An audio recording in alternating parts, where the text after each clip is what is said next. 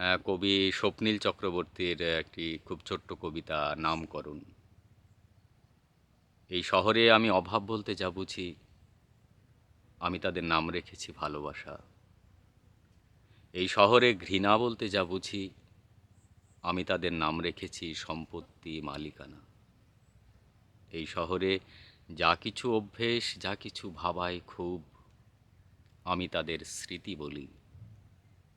এই শহরে যারা বুঝেও না বোঝার ভান করে নিজের বোঝা চাপিয়ে দেয় অন্যের ঘাড়ে, আমি তাদের গণতন্ত্র বলি। এই শহর যখন জল থই থই, বজ্রপাতে কান ঢাকা দায়, তখন জলের মানে মিছিল বুঝি, বজ্রপাতকে স্লোগান ভাবি। এই শহরে এক মুঠো ভাতের অভাবে যারা মারা যায়, আমি তাদের শহীদ বলি। কবি স্বপ্নীল চক্রবর্তীর খুব ছোট্ট এবং কি কথার একটা কবিতা।